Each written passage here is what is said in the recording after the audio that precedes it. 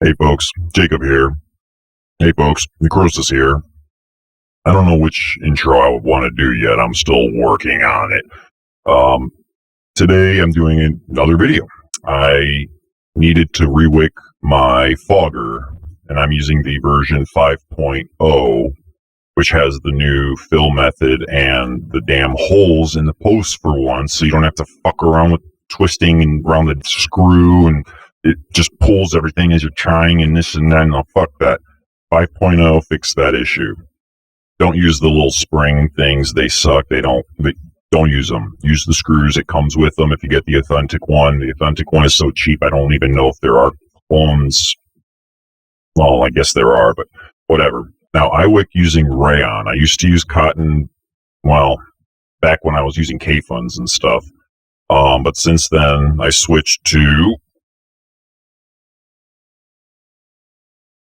This is what I have. It's big ass box of Cellucotton. Mine is number 44060, which is 100% rayon fiber. There's versions that are not. You don't want to get the wrong one. There's different sizes and they'll have a slight difference in the numbers. I don't know what the fuck they are. It's been too long. I just don't care anymore. But this is what you want. If you're in the US, you can go on Google Maps and Sally's Beauty Supply or whatever the fuck it was. I physically walked into the store, and the first thing I said was, "Yes, I meant to be here." I walked through this door intentionally, and then I tried to find what the hell I was looking for. I couldn't find it and had to ask for help, and they already knew where the fuck it was. I don't know. All right, so cool. Bought it. It was like $12 maybe, plus tax, something like that. It's going to last for fucking ever and a half plus one. So, Rayon, I've been sold on this shit, and I developed a technique that works, at least with the foggers, that involves some snipping and shaping around and stuff, but it's been performing flawlessly. It lasts a long time. And kind of the only way I know that it's getting close to time to maybe put in a new wick is like once the juice, because you know these things tend to leak when you're filling them. When the juice coming out as I shake it out, that once the juice kind of starts coming out black, it's, you know, there's just plenty of gunking in there, and it's probably getting close to time, and it'll still work. So, you know, you'll know when it's time. My technique is a little bit different than normal, so let's get to it. Step one, obviously, disassemble. The change with the version 5 is the top comes off. You got two holes on the top to fill from instead of going in from the bottom. Otherwise, it's mostly the same. This technique would apply for any of them. Version 4, 4.1, etc., etc., etc. They're the same design on the deck, basically. Even the thinner channels, thicker. My lighting is not set up for this right now, but it's pretty gunky in here right now with the old wick. So I'm going to go wash this out, and I'll be right back. Okay, I'm back and it's washed and cleaned off, screwed back on. First, I have my Rayon here. It's a single strand cutout. These are Japanese bonsai shears. Bought them off Amazon, about $1.50, I think. These are just some, you know, tweezers for whatever I need. And I still have some glycerin that I'm using. This is the secret weapon as to why my technique works. At least that's been my result so far. Now, I need to remove the old wicks, and this is where I first use my tweezers. And normally you start from, not the way I'm doing it right now, this is backwards. And I apologize, it's hard to see. But the thicker end of the wick, and you'll know which one this is later on, you just got to wiggle it out lightly so you don't bend anything out of place. That's what it looks like. Nothing special. And same thing for the other side. Wiggle it out a little bit by bit, and it'll just come out nicely usually. Nothing too hard. Forgot to unscrew the bottom portion of it, so I'm taking this off now. It'll get in the way. And of course the coils are gunky, so I'm going to do the normal dry burning here a couple times, just a few pulses. This is so difficult to do in front of the camera. 2. And I can't remember exactly. It was 0.6 or 0.7 ohm resistance on the coils.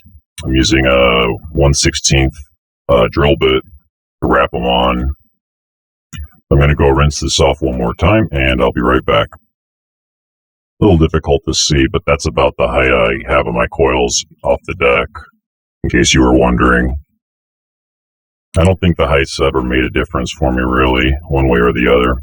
Now, the first step is going to involve here taking a piece of this rayon off. You got to just peel off a slice. How much you need depends on the thickness of your coil. I'm going to go on the other side here. Just split off a piece, and you don't have to be exact. There's an art to this more than a science. You just get a feel for it, and you acquire the skill. You'll just know eventually once you've gotten used to it. The way I do it is I basically kind of rub it with my nail a little bit like that to thin it out, because right now it's too thick. And as I work on that tip just a little bit, it's like stretching it out, which causes it to thin out so that we can taper it in.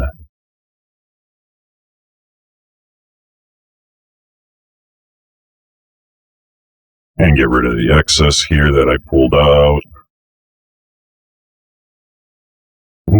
A little bit more, and it should be pretty good. I'm just smoothing it out just a little bit, make sure there's no weird lumps or anything in there.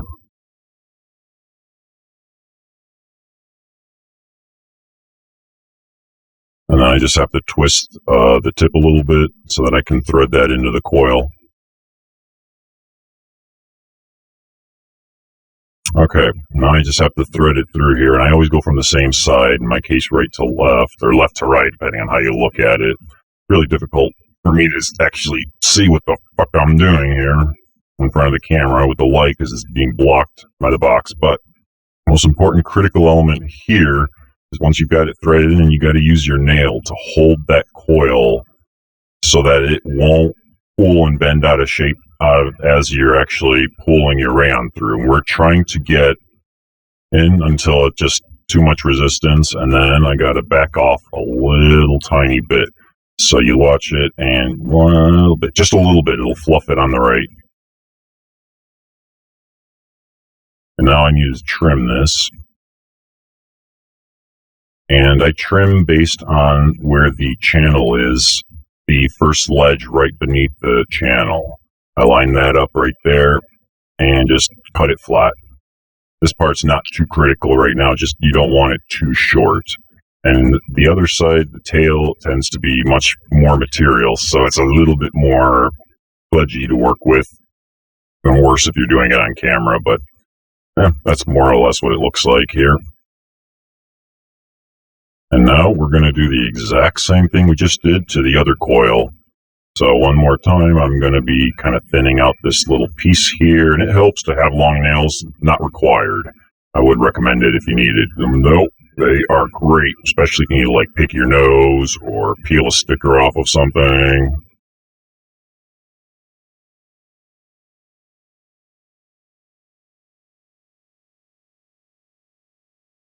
Threading it through just like before, and I go from the same side opposite the other way, so that both sides are kind of symmetrical. And again, with your nail, hold the coil on the edge there and keep it from moving or bending out of shape as you pull this guy in. Give it a good little bit here, and this is a little bit of, you just got to know, you play around with it until you know, but you always back off just a tiny little bit just to kind of refluff that other end and undo a little bit of the overpacking. Trim it just like before.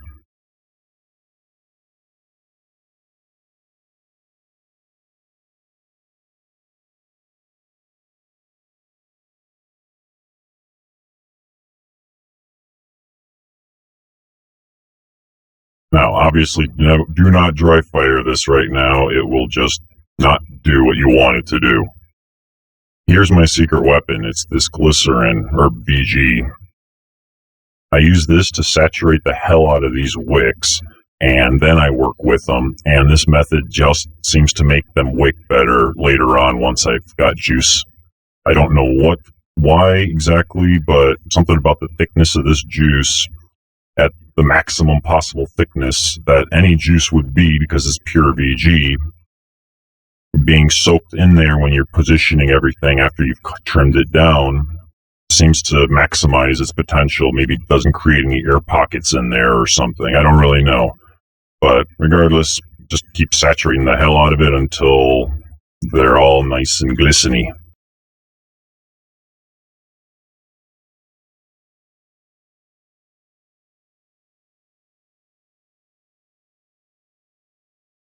Alright, maybe I overdid it a little bit, but that's alright.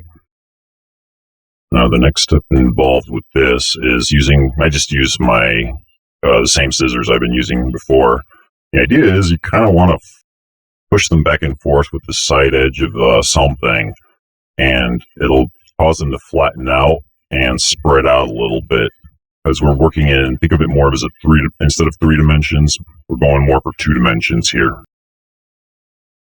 And if I can figure out how to do this in front of the fucking camera, I'm basically cutting in here with a little sliver remaining.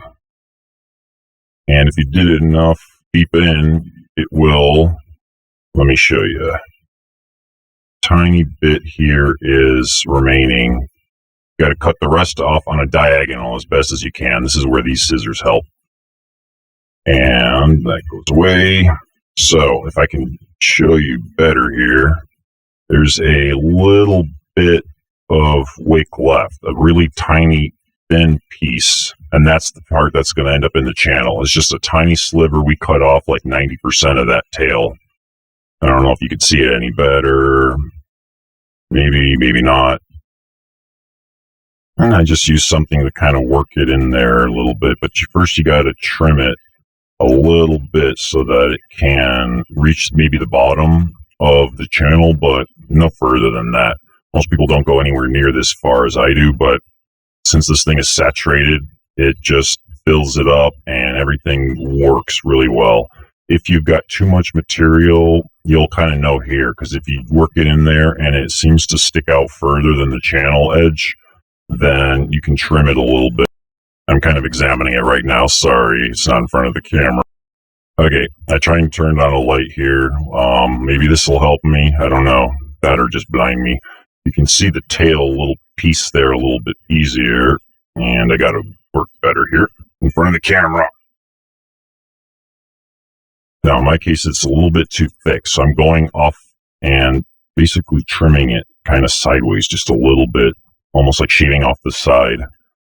Just to reduce the amount of material, and I need to cut off the length a little bit and go ahead and just work it down in the channel. And this thing is super glistening and, everything is wet. It just goes in there nice and it'll stay in there and wick without any sign of a problem if done right.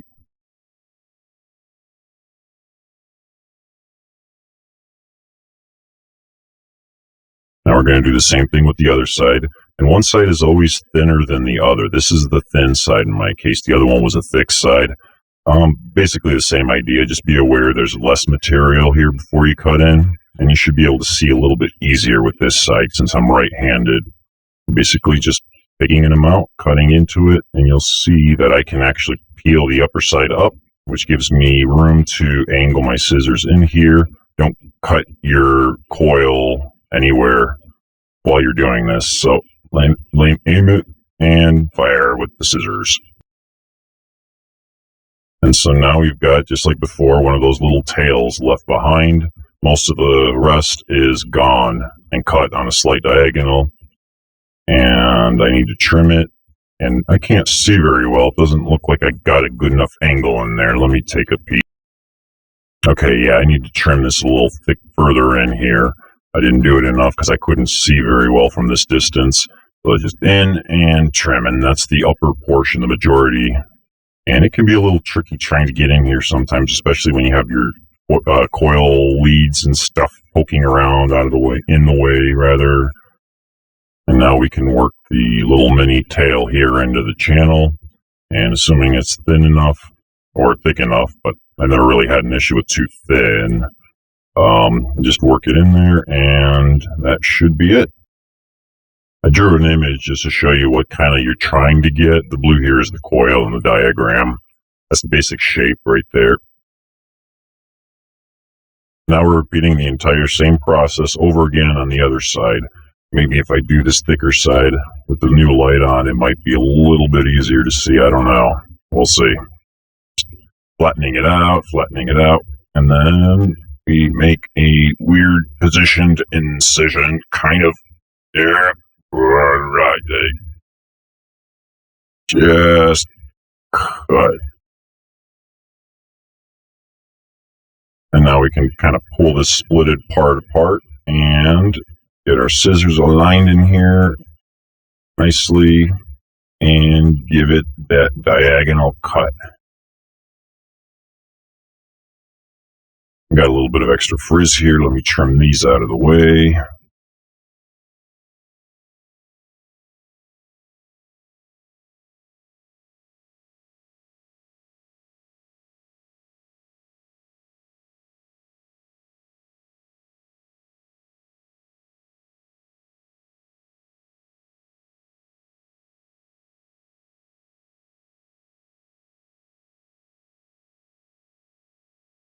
Nothing too special with this, just kind of sliding it nicely into that channel, making sure it sits kind of flush with the channel itself. And just like the other side, we're going to do this guy, the thinner one. Make our incision, just line it up nicely so you get a good slice. Pull up the upper piece. Get your scissors in here nicely. And again, this is where these bonsai shears are very useful. They make it easier to work in that small space and get a nice angle. And I think it looks about the right length. I'm just going to work it. Now, it needs to be trimmed just a bit. There. And we can work it in. And it's nice and moist. Like the whole thing is just sopping wet. A little too much maybe, but that's it. That's the finished product. And I'll show you this little fancy drawing I made here one more time. Blue represents the coil, the two little slivers going off from the bottom, and the diagonal cut. And that's the idea here. That's it. Now, just a matter of reassembling. The hardest part is just getting the chimney back on without trying to mess anything up. It's really forgiving, actually, since everything is so wet. But if you just got to get these damn threads lined up just right, and it'll always go wrong on the video. So if you turn the camera off, I recommend it, then you'll have no problem. I will do it this way with the camera on. That's it. We got the bottom portion here, and the gasket is already in there. I don't even bother taking it apart or pulling it out just because I'm going to lose it. Same thing with the glass here. There's a gasket between the cap and the glass. I just keep it all together so it doesn't fall out. And we're done. Now we can fill her up and vapor. And that's it. This is, I put it back together. I filled it up with the juice I had just mixed, and I never tried before. It's frosted donut, 10% into my base, and seems to taste okay, I guess.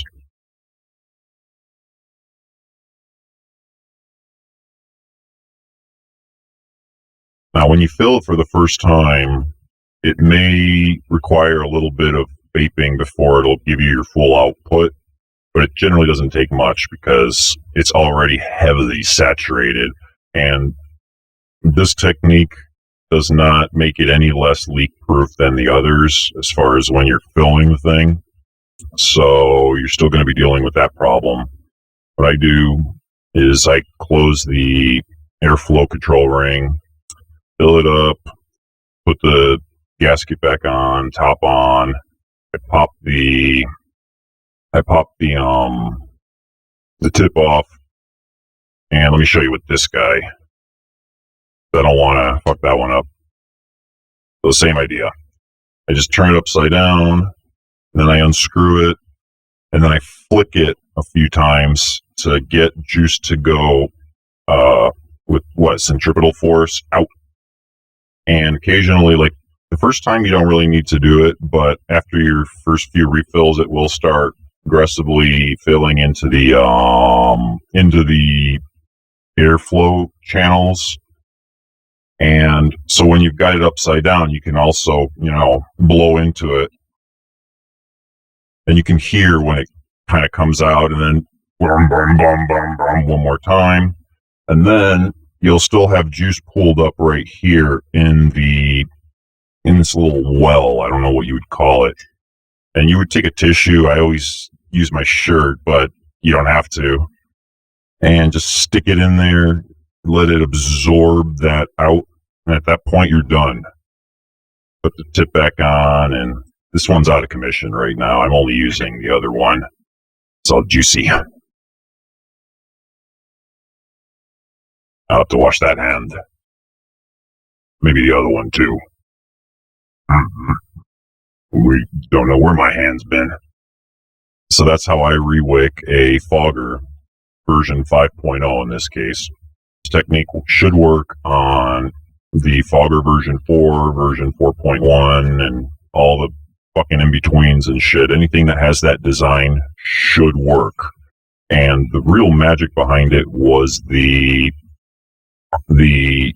soaking with the glycerin. I don't know what the magic is behind it, but for one, it's as thick as juice as you can possibly get, because anything else you put in that's actual e-juice will be less concentrated VG and thinner. So my theory's been that if you soak it with the most difficult wicking property of fluid, that it kind of primes it in a way. Because I know that sometimes, like, I do the same damn thing before I came up with this technique, and it's like, it just never really gets going, and it just gives you, like, off burnt hits, or it just doesn't perform right. And so one thing that might be going on is because it wasn't initially saturated, that maybe it formed like air pockets in there or something that no longer, just kind of prevent it from ever getting any flow in there. I don't know if that's true or not. That's sometimes what it felt like. And the other is maybe just the fact that it's so wet that it's clean and easy to work with. It's physically messy, but when you cut, you know exactly how much material is in there already soaked. So maybe that adds to the successful element to it. I don't know. But put in some VG on that. Don't skip that step. You can use your e-juice, I'm sure. I haven't tried using anything else, but I'm sure it would probably work. It's just you'll have a little bit of wasted amount because you're cutting off some of it, and that's all wasted e-juice. And I'm obsessive compulsive. I can't let myself do that, which is why I started doing the glycerin. And I'll leave it at that. If you got any questions, comments, concerns, leave them in the comments. I guess I might even respond and look at them and stuff. So, my name was Jacob. Necrosis. Bye.